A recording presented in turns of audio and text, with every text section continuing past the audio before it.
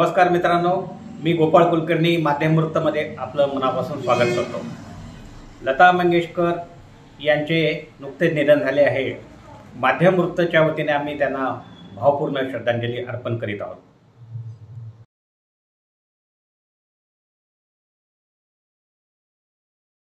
भारतरत्न लता मंगेशकर या स्वरमयी जादुई व्यक्तिमत्वाचे ऋणानुबंध लातूर जिल्ह्यातील औराद शहाजनी या छोट्याशा गावाशी जुळलेले आहे। होय, हे तेच औराद शहाजनी गाव लातूर बिदर रस्त्यावर आहे। तर जवळपास 45 वर्षापूर्वी लता मंगेशकर व त्यांचे कुटुंबीय या गावी येऊन गेले होते। त्याला कारणही तसेच आहे। लता मंगेशकर यांच्या वडिलांचे नाव मास्टर दीनानाथ मंगेशकर हे औराद शहाजनी येथील महाविद्यालयास देण्यात आले होते। त्यानिमित्त लता दीदी या औराद शहाजनी येथे आलेल्या होत्या। 10 डिसेंबर 1970 साली मास्टर दीनानाथ मंगेशकर या महाविद्यालयाचे भूमिपूजन माई मंगेशकर यांच्या हस्ते करण्यात आले होते। पुढे इमारत पूर्ण झाल्यानंतर 4 डिसेंबर 1976 रोजी लता मंगेशकर या महाविद्यालयाच्या परिसरात आलेल्या होत्या। यावेळी त्यांचा यथोचित सत्कार औरादवासियाच्या वतीने करण्यात आलेला होता। यावेळी लोकाग्रहास्तव त्यांनी मोगरा फुलला हे गाणे गाऊन औरादकरांची मने जिंकली होती। लता मंगेशकर यांच्या आठवणीवर आधारित हा व्हिडिओ आम्ही तयार करत आहोत। तर लता मंगेशकर यांच्या या औराद शहाजनीमध्ये आणण्यामध्ये एक महत्त्वाची व्यक्ती होती, ज्याचं नाव आहे सदा विजय आर्य। आज सदा विजय आर्य यांच्याशी आपण चर्चा करून लता दीदींच्या आठवणीला उजाळा देणार आहोत। कुष्ठरोग्यांच्या जीवनामध्ये नंदनवन फुलवणारे बाबा आमटे हे 25 वर्षापूर्वी औराद शहाजनी येथील आंतरभारतीय या परिसरामध्ये आलेले होते। यावेळी बाबांच्या हस्ते एक वटवृक्षाची फांदी येथे लावण्यात आली होती। या फांदीचा आज वटवृक्ष तयार झालेला आहे। याच वटवृक्षाखाली आपण आज सदा विजय आर्य यांच्याशी चर्चा करणार आहोत। चला तर आपण जाणून घेऊया सदा विजय आर्य यांच्याकडून लता दीदींच्या आठवणी। मित्रांनो, आपण आज आलेलो आहोत निलंगा तालुक्यातील औराद शहाजनी येथे। औराद शहाजनी हे एक फार नामांकित शहर आहे। तर या आंतरभारतीय कॅम्पसमध्ये कुष्ठरोग्यांचे नंदनवन फुलवणारे बाबा आमटे यांनी लावलेले हा वटवृक्ष आहे। त्या वटवृक्षाखाली आपण आज सदा विजय आर्य यांच्याशी बातचीत करणार आहोत। नमस्कार सदा विजयजी। नमस्ते नमस्ते। माध्यम वृत्तमध्ये आपलं मनापासून स्वागत करतो। गान कोकिळा लता मंगेशकर यांचे नुकतेच निधन झालेले आहे। हो, लता मंगेशकर या औराद शहाजनीला येऊन गेलेल्या होत्या। त्यांच्या भरपूर आठवणी आहेत। तर आमच्या प्रेक्षकासाठी आपण सविस्तरपणे सांगा की लता दीदी व त्यांचे कुटुंबीय केव्हा आले होते, कशासाठी आले होते आणि येण्याचं प्रयोजन काय होतं? 1976 मध्ये मास्टर दीनानाथ मंगेशकर महाविद्यालय याची जी वास्तू तयार झाली होती, त्या वास्तूच्या उद्घाटन समारंभासाठी लता मंगेशकर, हृदयनाथ मंगेशकर, उषा मंगेशकर हे कुटुंबीय आले होते 4 डिसेंबर रोजी। अच्छा। तर त्यांचं आगमन फार उत्साहवर्धक होता। सबंध वातावरण जसं झाडाला फूल येऊन सुंदर होतंय, उत्साही होतंय, तसं सगळं गावाचं वातावरण झालं होतं। लोक आपापल्या कामात होते, उत्साही होते। फार दुरून लोक येत होते। आणि या गावाची तेव्हा जनसंख्या होती 7 ते 9 हजार। अरे वा। आणि लोक जमले होते त्या कार्यक्रमासाठी 1,25,000। किती सालची गोष्ट आहे? हे 1976ची गोष्ट आहे. अरे बापरे. अच्छा. हां. हं, आणि हे सगळं कार्यक्रम एका शेतात आयोजित करण्यात आलं होतं हं, हं. आणि खूप उत्साहात सगळे लोक रमत होते इकडून तिकडं. हं, हं. पण कशासाठी आल्या होत्या त्या? कॉलेजच्या वास्तूचं उद्घाटन करण्यासाठी त्या आल्या होत्या. अच्छा. हां. हं, त्याच्या कार्यक्रमासाठी आले होते हं, हं. आणि त्यानंतर एक छोटं कार्यक्रमही झालं होतं. अच्छा. ते भाषणांचे कार्यक्रम जास्त होतं, हं, हं. पण झालं होतं तसा कार्यक्रम. हम्म, हम्म। सदा विजय आर्य जी, मेरा पहला सवाल आपको ये है कि लता मंगेशकर को आने के लिए कैसा चुना आपने? आपकी मुलाकात कहाँ हो गई थी उनकी पहले? नहीं, वस्तुतः मेरी मुलाकात से ये सब नहीं हुआ. जी. इस कॉलेज का नाम हम्म, यहाँ की एक स्थानीय शिक्षण संस्था है जिसका नाम है शारदोपासक शिक्षण संस्था. अच्छा. उसमें अधिकांश व्यापारी सदस्य हैं. जी. कार्यकारी मंडल में भी सारे व्यापारी थे. हाँ. और इन सब लोगों ने विचार किया होगा हम्म, हम्म। कि हम जब कॉलेज निकाल रहे हैं तो इसको खर्चा भी तो करना पड़ेगा. हाँ, हाँ, हाँ. तो मेरी कल्पना और मेरा अनुभव जो हुआ वो यही हुआ हम्म, कि उन सब लोगों ने मिलकर के ये तय किया, हम्म, अनेक प्रकार से विचार करके, हम्म, कि मास्टर दीनानाथ मंगेशकर हम्म, का नाम रखने से हम्म, हम्म। लता दीदी की ओर से कुछ आर्थिक सहायता मिल सकेगी कॉलेज के विकास के लिए. बराबर. इस उद्देश्य से उन्होंने इस कॉलेज का नाम मास्टर दीनानाथ मंगेशकर रखा. अच्छा. ये बात है 1970 से पहले की, अच्छा. जब लोगों ने विचार किया ये सब. हाँ, हाँ, हाँ. और 1970 के बाद इस कॉलेज की जब स्थापना हो गई हम्म, हम्म, तो 72 तक हम्म। यहाँ पर श्री पांडुरंग अग्रवाल कहकर एक प्राचार्य थे. जी. ओके. उनके जाने के बाद हम्म, फिर मेरी नियुक्ति हुई और 1974 में हम्म, मैं यहाँ पर प्राचार्य कह करके आया. जी. और उसके निमित्त मैं आपको थोड़ा रुकाता हूँ. जी, इसके पहले कहाँ थे आप लातूर में आने के लिए पहले? यहाँ आने से पहले मैं अजमेर के एक पीजी कॉलेज, दयानंद कॉलेज में प्राध्यापक था हिंदी का. जी. ओके. वहाँ पर 8 वर्षों तक काम किया है मैंने. अच्छा. हाँ, 66 से 74 तक वहीं पर था मैं. हम्म, हम्म, हाँ. हम्म, हम्म। तो आपके ऊपर अंतर भारती या ऐसा पगड़ा था विचारों का, समाजवादी? ऐसा हुआ हाँ. कि 1972 में जी.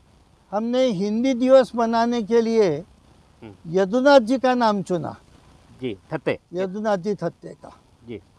और फिर यदुनाथ जी थत्ते को बुलाया हमने.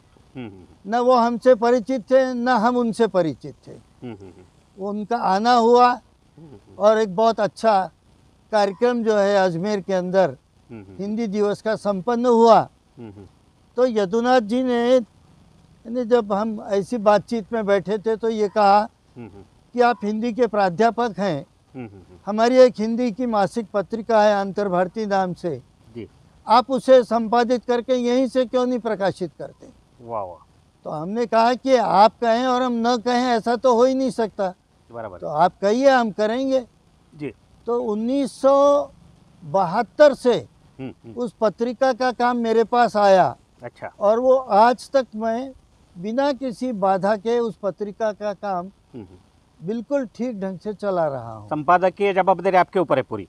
पहले मेरे ऊपर ही पूरी जवाबदारी थी. जी. बाद में फिर मैंने दूसरे संपादकों की सहायता ली, कार्यकारी संपादक कह करके. मैंने मुख्य संपादक कह करके ही रहता रहा. और इस समय जो है उसके पांडिचेरी विश्वविद्यालय के जो हिंदी विभाग के अध्यक्ष हैं जी. सी जयशंकर बाबू, वो इस समय उसके प्रधान संपादक हैं. जी. मैं रजिस्टर्ड संपादक मैं हूँ. और कार्यकारी संपादक जो है शोलापुर के सुभाष शास्त्री कह करके हैं, जी. वो हैं. इस तरह से वो काम आज भी वैसे ही चल रहा है. अंतर भारती नाम से ही निकल? अंतर भारती नाम से ही निकल. अभी आपकी उम्र? इसमें 83 वर्ष के आखिरी महीने में हूँ मैं. जी. सदा विजय जी, आप बताइए कि लता दीदी जब आई थी तो संगीत रजनी का कार्यक्रम हो गया था यहाँ, तो उसके बारे में आज कुछ है क्या उनका मैं आठवनी? उससे उससे पहले उद्घाटन के लिए जब वो आई थी, जी, उस संबंध में आपसे कुछ बताना चाहूँगा। बताइए बताइए। उस कार्यक्रम के निश्चय के लिए हमारी कार्यकारिणी जो समिति थी शारदोपासक शिक्षण संस्था की, उसके साथ हमको बम्बई जाना पड़ा लता जी से मिलने के लिए। हाँ हाँ। वहाँ पर हम सब लोग लता जी से मिले, तो उन्होंने एक प्रश्न पूछा कि वहाँ आकर मुझे क्या करना पड़ेगा। तो मैंने उनको बताया कि आपको एक तो भवन का उद्घाटन करना पड़ेगा, वहाँ जो पत्थर लगाया जाएगा उसका पर्दा आप हटाएंगे। कौन शिला? हाँ, कौन शिला, वो हटाने के बाद हमारे लोग वहाँ पर जो जमे उनके सामने कार्यक्रम होगा आपका। तो बोले मुझे उस कार्यक्रम में क्या करना पड़ेगा। तो मैंने कहा कि देखिए गांव के लोग हैं, आपका एक आधा गाना हो जाए तो बहुत अच्छा रहेगा। अच्छा। तो थोड़ी सी गर्माहट में आई। हाँ और बोले आप सुनना चाहते हैं क्या मेरा गाना। हाँ। मैंने कहा नहीं, हाँ मैं तो ट्रांजिस्टर पर कभी भी सुन लेता हूँ, जी। लेकिन मेरे आसपास के गांव के जो लोग हैं उनके पास ट्रांजिस्टर नहीं है। हाँ हाँ। और यदि वो आपके मुख से आपका गाना सुनेंगे तो उनके लिए यह अभूतपूर्व चीज़ होने वाली है। Good good. वो वर्षों तक भूलेंगे नहीं, करेक्ट उनकी संतान भी नहीं भूलेगी। करेक्ट। इसलिए मैं चाहता हूँ कि आप गाना गाएं। नहीं बोले मैं गाना नहीं गाऊंगी, मना कर दिया उन्होंने। हमारे मैनेजमेंट के लोगों ने मुझे इशारा किया कि जाने दो। हमने कहा ठीक है जाने दो। और उसके बाद बात आई गई हो गई। और जब 4 दिसंबर को लता जी यहाँ पर आई, कॉलेज के उद्घाटन का कॉलेज में कार्यक्रम हो गया। और फिर जब शाम के समय खुले खेत के अंदर 125 लोगों के सामने सब लोग मंच पर बैठे, तो सबसे पहला कार्यक्रम मेरा ही था प्रास्ताविक करने का। जी, ओके। तो मैंने एक प्रास्ताविक लिख करके पढ़ा था। मैं बहुत कम लिख करके पढ़ता हूँ, बराबर है। लेकिन उस समय मैं लिख करके पढ़ा था। शंकरा चौहान भी उपस्थित थे। हाँ। विद्या तीर्थ कह करके मैंने एक भाषण पढ़ा मेरा। जी। मेरी एक कल्पना थी शिक्षण संस्थाओं के संबंध में, बराबर है। वो मैंने इसलिए प्रस्तुत की थी। शंकर राव जी भी चाहेंगे और लता दीदी भी यदि चाहेगी तो महाराष्ट्र की शिक्षण प्रणाली पूरी बदल जाएगी। करेक्ट। एक बहुत बड़ा परिवर्तन शिक्षा में आ जाएगा और लोग उसे अप्रिशिएट करेंगे। आवश्यकता इतनी है कि लोगों के सामने उदाहरण के रूप में जाए। वो उदाहरण मैं यहाँ प्रस्तुत करना चाहता था। तो वो भाषण जब मैंने पढ़ा तो अब मैं अपने मुख से तो नहीं कहूँगा, लेकिन वो 1.25 लाख लोग अभिभूत हो गए थे मेरा भाषण सुनकर। वर्षों तक उस भाषण को लोग याद करते थे, आज भी याद करते हैं। गुड। जैसे ही मैं भाषण दे करके पलटा, बरसात की बूंदें पड़ने लग गई। अरे वाह, शाम का माहौल था। हाँ, शाम का माहौल था जी। संध्या का समय था पूरा। हाँ। लोग उठने लग गए। मैं एकदम ये देख करके पलटा, फिर माइक पर आया और मैंने कहा ये तो परमात्मा का आशीर्वाद है कि इस कार्यक्रम के लिए वो आशीर्वाद दे रहे हैं, कोई वर्षा आने वाली नहीं है। बराबर। और आप लोग इतनी दूर से आए हैं और लता दीदी का गाना सुने बिना आप चले जाएंगे, ये कैसे हो सकता है। झट से लोग सारे बैठ गए। मैं भी अपनी जगह आ गया। तो मेरे अध्यक्ष और सेक्रेटरी मुझसे पूछे कि दीदी से पूछा था क्या आपने। मैंने कहा ना, पूछा नहीं था, क्योंकि जब भी हम गायिका को कार्यक्रम के उद्घाटन के लिए बुला रहे हैं तो उनसे हम भाषण नहीं सुनना चाहते, उनका गाना, गीत ही सुनना चाहते हैं और वो गाएंगी। मैंने कहा करेक्ट, ऐसा कोई बात नहीं है। और जब लता दीदी का प्रसंग आया तो मोगरा फुलला गाना उन्होंने गाया, बिना संगीत के, बिना म्यूजिक के। क्या समा बंधा था वो, आज भी मैं याद करता हूँ तो रोंगटे खड़े होते हैं। सारे लोग जो है मुग्ध हो गए थे।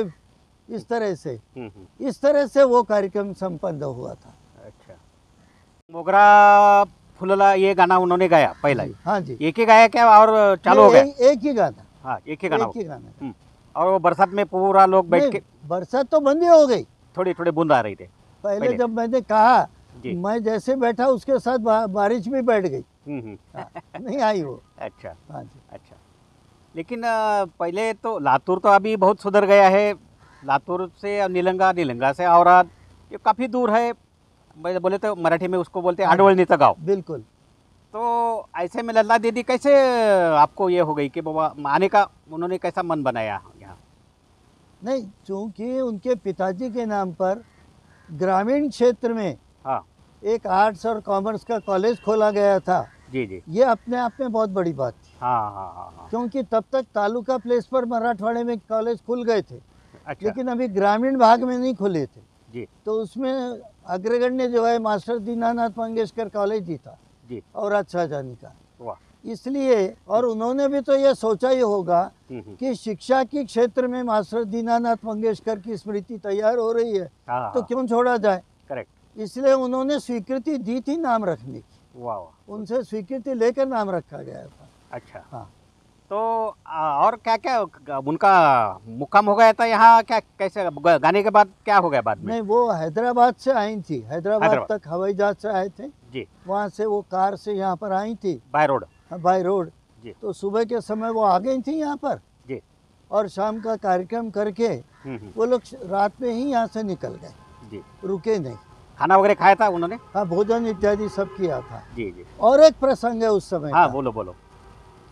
जब ये आना तय हुआ लता दीदी का, हम्म, तो हमारे कॉलेज का एक स्कूल है, महाराष्ट्र विद्यालय नाम से। महाराष्ट्र विद्यालय, हाँ, तो हमारे संस्था वालों ने उस विद्यालय के कक्ष में जी, अच्छी फर्शी की, हम्म, उसका रंग बदला, वहाँ पर वॉश बेसिन लगाया, टॉयलेट बनाया, और इस तरह से उनके रहने की तैयारी कर रहे थे वो। जी, मैंने जब वो देखा तो मैंने उनसे कहा कि लता दीदी अमेरिका जैसे देश के 5 स्टार होटलों में रही हुई है, हम उसके मुकाबले में तो व्यवस्था कर नहीं सकते, बराबर है, इसलिए हम यहाँ क्यों रखना उनको, यहाँ नहीं रखना चाहिए, बराबर है, कुछ ऐसी जगह रखना चाहिए जो उनको कुछ नया लगे। करेक्ट, तो बोले कहाँ रखना चाहिए। तो मैंने उनसे कहा कि मेरे कॉलेज में झोपड़ियाँ हैं जिसमें हॉस्टल के लड़के रहते हैं, एक झोपड़ी खाली करेंगे, वाह, वहाँ फर्शी कर दीजिए, हाँ, टॉयलेट बना दीजिए, वॉश बेसिन बना दीजिए, लता दीदी वहाँ रहेंगी। गुड, ये जरा एड़े सर है वो। तो मैंने उनसे कहा जी हाँ, तो हम तो एड़े हैं तभी तो यहाँ आए हैं। ये मैंने स्पष्ट, और वो बात फिर आई गई हो गई। हाँ, और जब लता दीदी दोपहर में आई, दोपहर का भोजन हुआ, और उनको कैंपस दिखाने के लिए जब कॉलेज की ओर ले गए, तो कॉलेज के सामने जो हमारा लकड़ी पर लिखा हुआ एक टेढ़ा बिंगा बोर्ड लगा हुआ था, वो ही देखकर वो दंग हो गए। और उन्होंने उषा जी से कहा कि इसकी फ़ोटो लो, और उषा जी ने कम से कम 30 से 40 फोटोएं ली उस एक नाम के बोर्ड की ही। क्या लिखा था उसमें? मास्टर दीनानाथ मंगेशकर महाविद्यालय लिखा हुआ। गुड गुड, वो एक नए ढंग से हमने सजावट की थी, जंगल की लकड़ी कोई सीधी नहीं थी, वो बोर्ड भी सीधा नहीं था, उसके ऊपर वो नाम था पूरा चिपकाया हुआ अक्षरों से। तो उससे बहुत प्रसन्न हुई। फिर उसके बाद जब वो पलट के देखी तो उनको झोपड़ियाँ दिखाई दी। वो बोले ये क्या है। मैंने कहा जी ये तो हमारे लड़कों का हॉस्टल है। झुग्गी बोलते हैं ना उनको, झुग्गी नहीं, झुग्गी, झोपड़ियाँ बनाए थे पूरी, हाँ हाँ हाँ, अलग अलग 4-4 लड़के रह सके ऐसी झोपड़ियाँ तैयार की थी हमने। हाँ हाँ हाँ, तो हमने कहा तो झोपड़ी यहाँ लड़के रहे, लड़कों का हॉस्टल है। हाँ, तो उन्होंने स्पष्ट पूछा मुझे यहाँ क्यों नहीं रखा।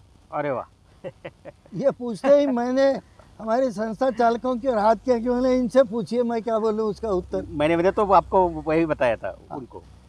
तो इसके अंदर लता दीदी की सादगी का चित्र दिखता है। जी जी जी, सादेपन कितना था। सादापन कितना था, हाँ, और आकर्षण कितना था।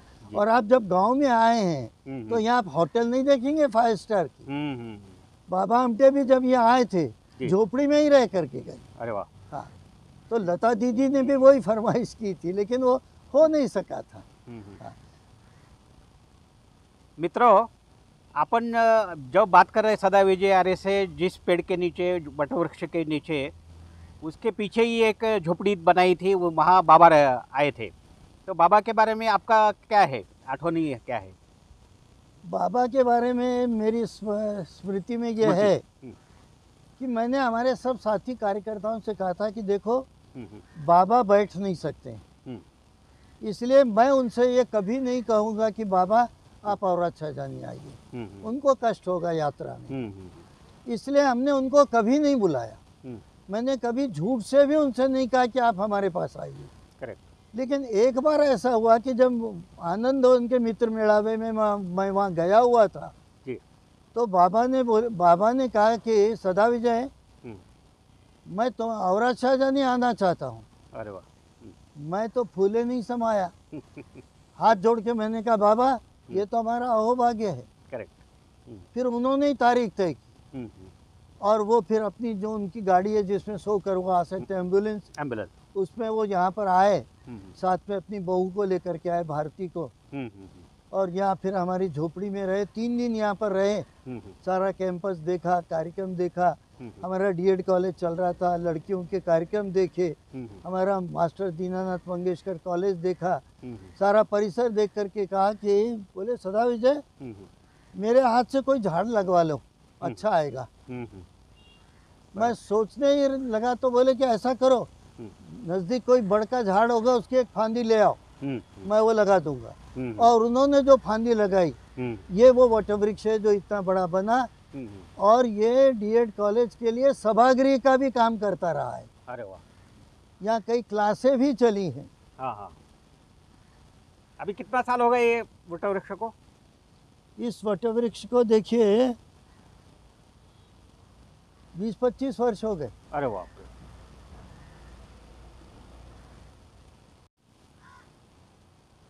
सदा विजय आर्य जी, अंतर भारतीय कैंपस में अभी तक यदुनाथ थत्ते जी या कौन कौन आके गए हैं? बाबा आमटे। सदा विजय आर्य जी, अपने अंतर भारतीय कैंपस में यदुनाथ जी थत्ते या धर्माधिकारी जी ऐसे बड़े बड़े हस्ती आके गए हैं, कौन कौन आके गए अभी तक? यदुनाथ जी तो कई बार आकर के गए जी। प्रकाश मोहड़ीकर जी आकर के गए जी। राम शेवालकर आ गए, और चंद्रशेखर धर्माधिकारी जी भी 2-3 बार आकर के गए। हमारे यहाँ एक हमने प्रथा बना रखी थी कि हम ऐसे ही मेहमानों को बुलाते थे जिनका मनसा वाचा कर्मणा सब एक साथ है। केवल जो पद पर हैं ऐसे लोगों को हम बुलाने से दूर रहते थे, इसलिए ऐसे लोग काफ़ी आए। एक पुलिस के जो एसपी थे, लातूर जिला बनते ही वो यहाँ पर आए थे, मैं उनका नाम भूल रहा हूँ, और उनको मैंने बुलाया था। वो बहुत ख्याति प्राप्त किए थे यहाँ पर, और मैंने उनसे पहले ये कहा ही था मास्टर दीनानाथ मंगेशकर कॉलेज में कि आप भाग्यशाली हैं। मैंने उनसे कहा कि आपको हमने बुलाया। हम अक्सर ऐसे वर्ग को बुलाते नहीं हैं जो नौकरी के हिसाब से रहते हैं, लेकिन आपका जो कृति का काम है वो बहुत प्रभावी है, इसलिए हमने आपको बुलाया है, वरना हम बुलाते हैं। इसलिए हमारे पास हम बहुत बड़े बड़े लोगों के पीछे नहीं गए। शिवराज पाटिल चाकूरकर आकर के, हमारे देशमुख साहब आके गए, विलासराव जी आकर के 2-3 बार विलासराव जी आ गए। पहले यहाँ पर जो झोपड़ियों में क्लासें चलती थी, अच्छा, गोठा जो बनता है उस तरह की क्लासें थी। तो विलासराव जी इतने अभिभूत हो गए कि बोले हम तो पहली बार सीखे कि हम जहाँ सिर्फ बैल बांध के रह जाते हैं वहाँ आप कॉलेज चला लेते हो। वो बहुत प्रसन्न हुए थे सब देखकर।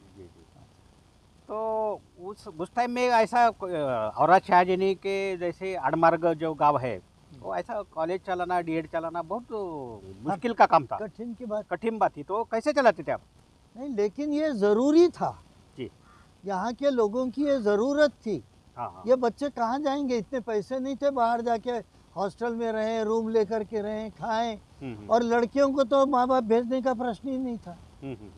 इसलिए यहाँ का जो कॉलेज था वो बहुत ही लोकप्रिय हुआ, और फिर उसकी जो एक्टिविटीज़ कॉलेज में होती थी उसने तो बहुत आकर्षित किया, सारे मराठवाड़े को आकर्षित किया, मैं ऐसा कहूँ तो भी चलेगा आपको। गुड। और यूनिवर्सिटी का यूथ फेस्टिवल भी यहाँ पर हुआ है। वाह। सारे यहाँ पर एनएसएस का सेंट्रल कैंप हुआ है। वाह। ऐसे बड़े बड़े कार्यक्रम इस छोटे से गांव में हुए, और बहुत ही शिस्तबद्ध तरीके से। और उस समय जो विद्यार्थी बाहर से आए थे वो आज भी याद करते हैं कि वो जो यूथ फेस्टिवल किया था, एक भी तकरार नहीं, झगड़ा नहीं, और यूथ फेस्टिवल हो गया। ऐसा कभी नहीं होता है। इतना अच्छा यहाँ स्पोर्ट्स के टूर्नामेंट्स हुए कॉलेज में। वाह। हाँ, इस तरह से हम करते थे, एक्टिविटीज पर जोर था हमारा। गुड। मास्टर दीनानाथ मंगेशकर, जिसको माध्यम कॉलेज ऐसे नाम से पहचाना जाता है पंचक्रोशी में, तो ये कर्नाटक और महाराष्ट्र के बाउंड्री पर है ये बिल्कुल। औरा शाहजनी में। हाँ जी जी। तो उनको अभी कॉलेज में लता माध्यम कॉलेज में जी। कौन कौन से हस्ती के गए अभी तक? वहाँ की यही दिक्कत थी जो मैंने आपको बताया जी। कि हम बड़े अतिथियों के पीछे नहीं जाते। हाँ हाँ हाँ हाँ। हमने हमारी गैदरिंग के लिए हम्म। अंबाजोगाई कॉलेज के विद्यार्थी को गेस्ट कह करके बुलाया था। वाह वाह। और दूसरा हम ये करते थे कि जिस भी एक गैदरिंग के निमंत्रण मुझे आते थे कॉलेज से बाहर के, तो वहाँ मैं न जा पाऊँ तो मैं मेरे कॉलेज के 2 विद्यार्थी वहाँ भेजता था प्रतिनिधि, वो कॉलेज का सारा कार्यक्रम देख कर आते। इसलिए बहुत कम लोग यहाँ पर आए। अब जो मैंने अंतर भारती में आए आपसे कहा, ये सब कॉलेज में आए हुए हैं, दोनों जगह जाते थे जब भी आते थे। करेक्ट। और इसमें मज़े की बात तो ऐसी है कि शरद पवार भी आकर के गए। अरे वाह। संग्राम माखणीकर भी आकर के गए। और जिस समय शरद पवार यहाँ पर आए थे तो वो और माखणीकर जी मेरे यहाँ जो विद्यार्थियों का संगठन था उसके सामने उन दिनों अंग्रेजी कंपलसरी की थी प्राइमरी स्कूल में, उसके लिए कुछ पूछने लग गए। तो मैंने उनसे रिक्वेस्ट की थी कि विद्यार्थियों के सामने विवादास्पद बात मत कीजिए। मैंने उनको रोक दिया था क्योंकि हम इसके विरोध में थे। करेक्ट। कि भाषा जो है मातृभाषा ही होनी चाहिए। और हमारा कॉलेज मराठी माध्यम से ही चलता था। बराबर है। और हमने अपना प्रशासन भी अधिकांश मराठी में ही किया हुआ था कॉलेज का। अच्छा। इसलिए लेकिन आपको बताऊं मैं, जैसे बाबा आमटे अपने आप आए, मुझसे पूले देशपांडे ने आनंदवन के मित्र मेलावे में मुझे बुला करके वो कणिस हमारी जो स्वर्णिका निकली थी कॉलेज की, वो उन्होंने देखी थी। उन्होंने कहा सदा विजय मैं येऊ इच्छितो तुझे कॉलेजला आणि नक्की येईन मी। मैं बहुत प्रतीक्षा करता रहा, दुर्भाग्य उनका देहांत हो गया। अरे वाह। और मैं नाम भूल रहा हूँ, हमारी जो योजना आयोग था, पहले योजना आयोग के एक सदस्य थे, गाडगिल थे कोई जी। वो औरंगाबाद आए थे। उनको हमारे कॉलेज के शेती प्रकल्प का पता चला, वो वहाँ से गाड़ी में बैठ करके मेरे कॉलेज में आए। क्या प्रकल्प करते थे आप शेती का यहाँ? शेती का उसका थोड़ा किस्सा है। हाँ बोलो ना। कि हमारे कॉलेज में शिक्षकों के वेतन में से पैसे काटकर हम हॉस्टल चलाते थे। अरे मेरे आने से पहले से मुझे ये अच्छा नहीं लगा। तो साल 2 साल के बाद मैंने विद्यार्थियों की मीटिंग ली और उनसे मैंने कहा कि बाबा आमटे कहते हैं दान नादान बनाता है, जब ऐसे हाथ वाले भी काम कर सकते हैं तो अपने तो अच्छे हाथ हैं, तो आप लोग जितना दे सकते हो उतनी फीस दो हॉस्टल के लिए। बराबर। तो अधिकांश लड़के तैयार हो गए। एक 20-25 लड़के ऐसे निकले, उन्होंने कहा सर हमारे पास कुछ भी संभावना है। मैंने कहा अनाज ला के दे दें। बोले हमारे पास खेती भी नहीं है। तो फिर मेरे दिमाग में है कि ये कैसे पढ़ेंगे आप। तब मैंने उनसे कहा कि फिर ऐसा करो, 2 घंटे खेत में काम करना, सुबह 2 घंटे काम करना, शाम को। वो तैयार हो गए। तो पहले तो हमने कॉलेज के ही कैंपस में जो जगह खाली थी उसमें बढ़िया भाजी पाला लगाना शुरू किया। और पूना से हमने पूना खीरा वो लाया जो पहली बार इधर आया, और मार्गलो टमाटो ऐसा बड़ा टमाटर होता है वो यहाँ पर लाया। उसकी खेती लड़के करते थे। और आपको आश्चर्य होगा कि हमारे गांव में के व्यापारी उसकी एडवांस बुकिंग करते थे हमारे पास, क्योंकि एंड टाइम पे मिलता नहीं था, इतनी डिमांड थी उसकी।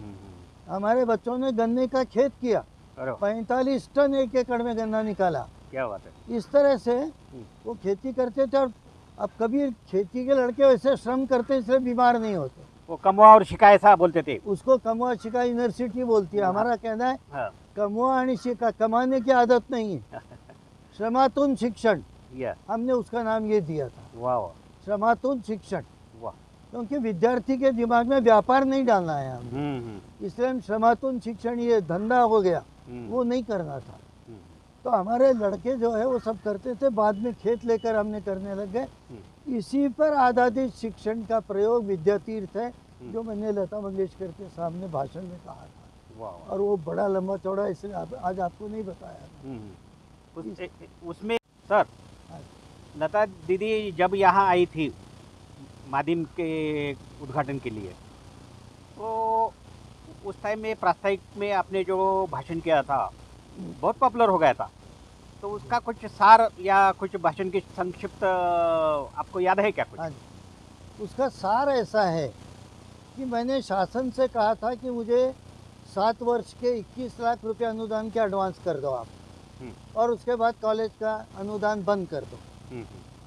हम हमारे कॉलेज के शिक्षकों को जो भी सरकारी वेतन होगा वो देंगे, और वो निवासी रूप में हमारे साथ रहेंगे।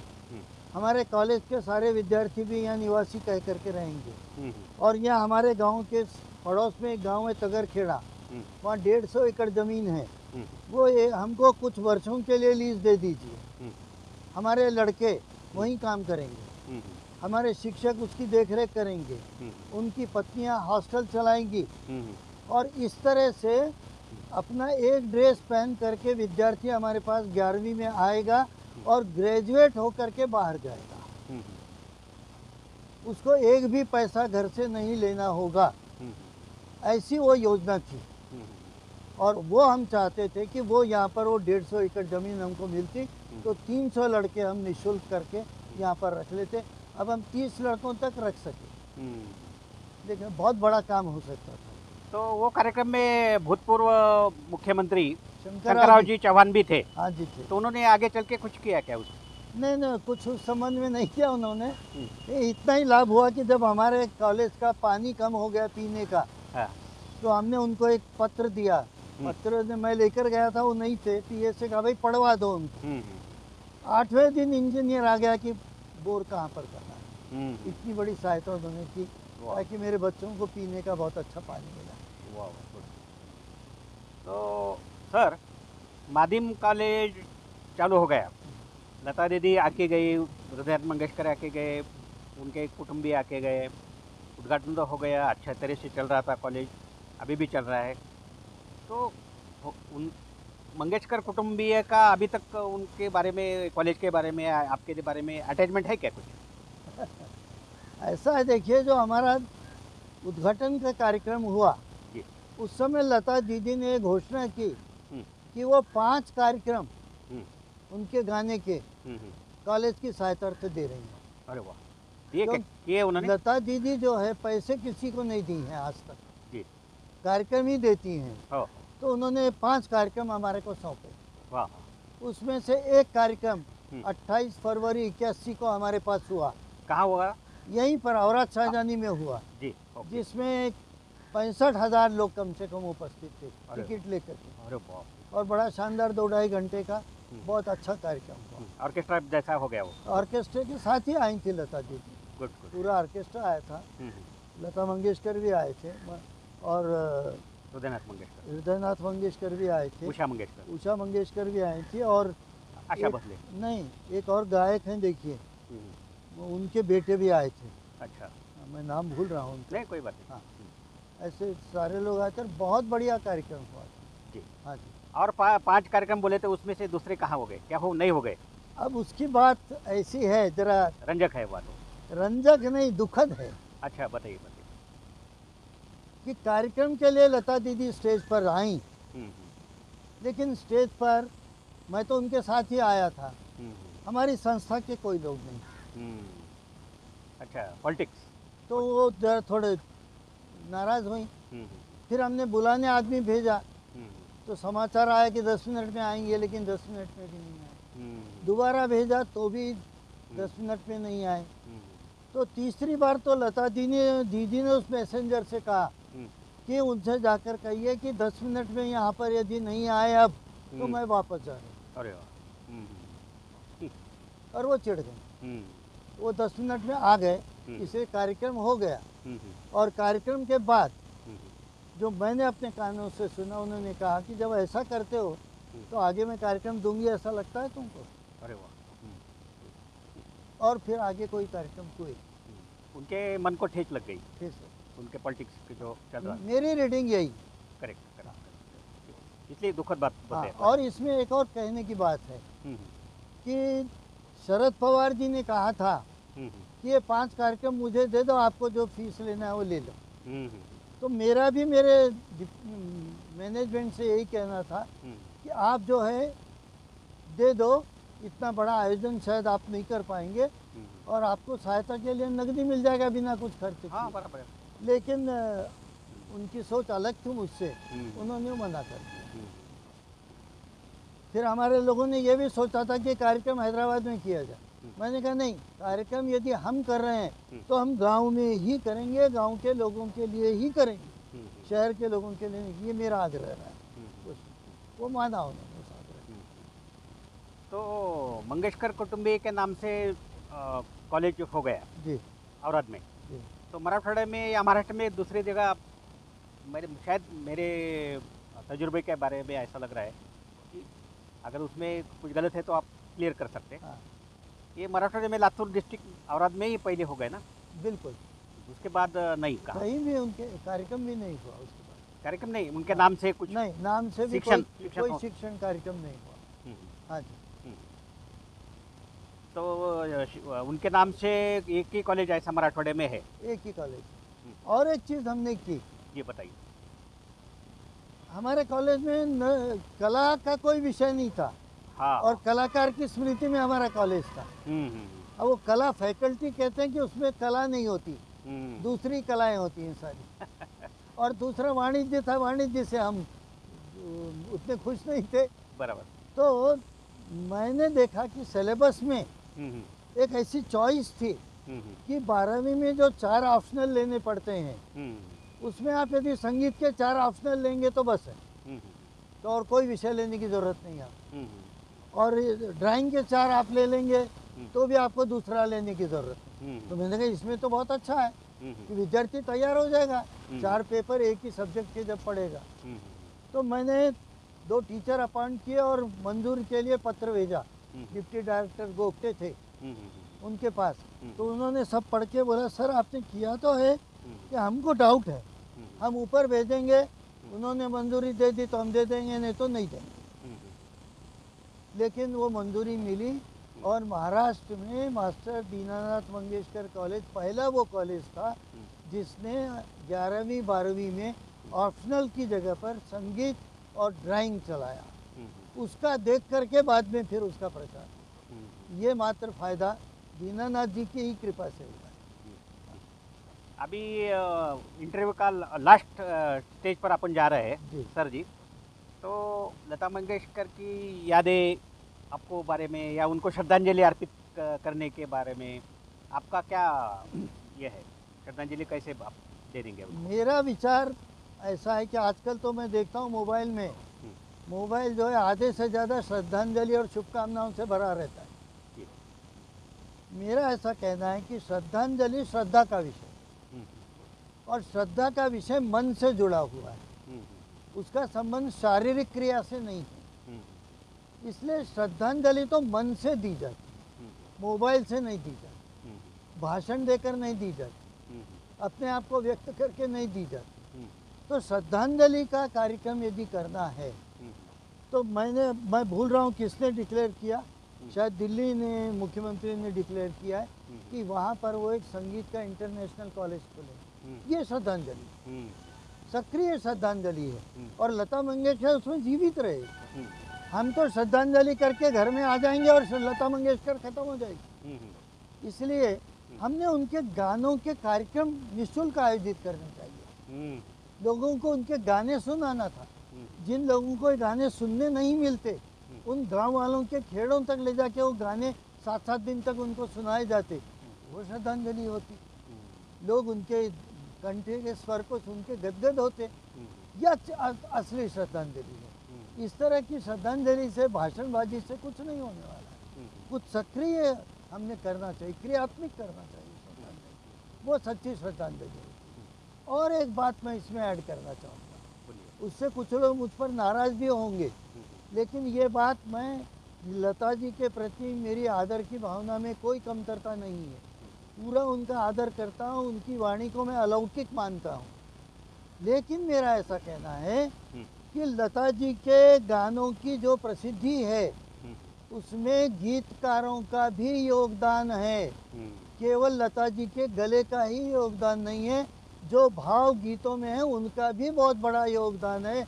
इसलिए जब हम लता जी को श्रद्धांजलि देते हैं तो साथ में गीतकार को भी श्रद्धांजलि देनी चाहिए। तो हम ईमानदारी से श्रद्धांजलि देंगे, तब श्रद्धांजलि पूरी होगी। जो प्रदीप ने लिखा हुआ गीत ऐ मेरे वतन के लोगों, लता जी ने गाया, वो तो प्रदीप ने एक तरह से जबरदस्ती की और लता जी से कहा कि तुमको कल दिल्ली आना है और ये गाना तुम ही गाओगी। लता जी तैयार नहीं थी मानसिक दृष्टि से। अच्छा। और वो वहाँ गई, केवल 2 रिहर्सल करके उनको वो गाना गाना पड़ा और वो गाई और इतने अच्छे ढंग से गाई। लेकिन उसमें गीत के भावों का भी बहुत बड़ा योगदान है, ये मेरा कहना है। लेकिन आप यदि देखेंगे आज के वातावरण में हमने गीतकारों को बुला दिया है, उन गीतकारों के माध्यम से ही लता दीदी हम तक आई हैं। करेक्ट। नहीं तो शायद वो आती भी नहीं हम तक। करेक्ट। ये बात हम लोगों ने ध्यान रखनी चाहिए। तो श्रद्धांजलि पूरी ईमानदारी से लता दीदी और उनके गीतकार जितने हैं उन सबको हमने देनी चाहिए और सक्रिय श्रद्धांजलि देनी चाहिए, ऐसा मैं मानता हूँ। माध्यम कॉलेज में लता दीदी का स्मरण हमेशा के लिए आने वाली पीढ़ी को आना चाहिए। ये इसलिए आप क्या करने वाले हैं, क्या आपके मन में क्या है उसके बारे में आगे चल के? नहीं, मैं तो अब उस कॉलेज से जुड़ा हुआ नहीं हूँ जी। मुझे तुम जुड़ा भी नहीं तो आप उनको कुछ ये तो कर सकते, सजेशन तो दे सकते। नहीं, दुर्भाग्य ऐसा है जी कि मैंने एक अंतर्जातीय विवाह किया लड़कियों का। हाँ। उससे उन्होंने मुझे कंपलसरी रिटायर कर दिया है। जी। और मुझे बुलाते नहीं, मुझसे संपर्क रखते नहीं हैं जी। लेकिन मैं ऐसा काम वहाँ कर आया हूँ। जो संगीत का विभाग मैंने खोला है उसके वो शिक्षक जो मैंने नियुक्त किए थे वो बहुत अच्छी तरह से काम कर रहे हैं और संगीत के बच्चे यहाँ पर सीखते हैं। ये काम हो रहा है लता जी की। अभी संगीत का हो जाता है? बिल्कुल, संगीत चालू है वहाँ पे। संगीत है, ड्राइंग है, दोनों विषय है। अभी पहले 4 पेपर थे, उसका फायदा लड़के उठा रहे हैं। तो देख करके शासन ने 2 पेपर कर दिए कि 2 संगीत के ले सकते हैं, दूसरे 2 लेने पड़े। हमारे शिक्षा में बहुत सारे गलत प्रयोग होते हैं, उसका ये भी एक गलत प्रयोग। ठीक है, ये दुर्भाग्य की बात है। हाँ, दुर्भाग्य की बात जी। सर जी, आपने अपने व्यस्त जीवन में या अपने उम्र के इसमें से टाइम निकाल के हमारे श्रोतागण के लिए लता दीदी का ये करे शेयर किए आठवनी, तो उसके बारे में हम हमारे न्यूज़ चैनल के माध्यम वृत्त सेवा की तरफ से आपका शुक्रगुजार करते हैं, आपका आभार व्यक्त करते हैं। नमस्ते। मैं तो शिक्षक हूँ, मेरा काम है ये बात लोगों के सामने मैं व्यक्त करूँ, तो वो तो मेरा कर्तव्य समझ के मैं आपकी बात स्वीकार किया हूँ। धन्यवाद सर।